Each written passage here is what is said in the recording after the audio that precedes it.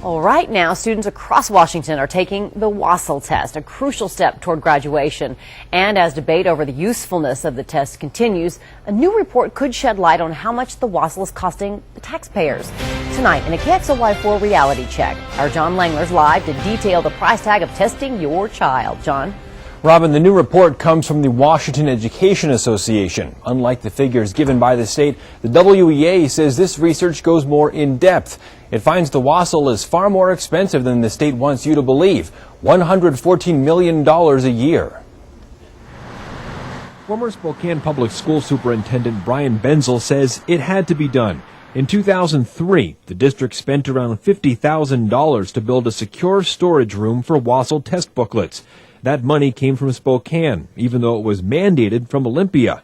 Washington Education Association's Maureen Ramos says it's one example of how local school districts are being saddled with the cost of the WASL.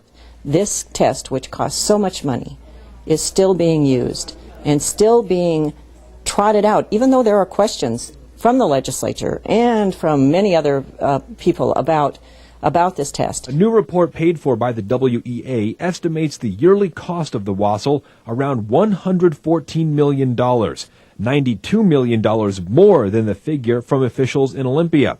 $52 million is spent by the state, $11 million from districts, and $50 million from individual schools. That's only 1 year.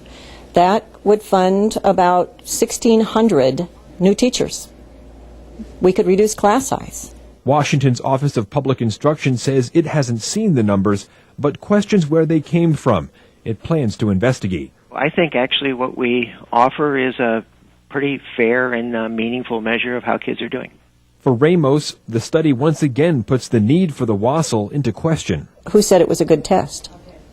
Quite frankly, there's all kinds of questions about the test, on its reliability and validity.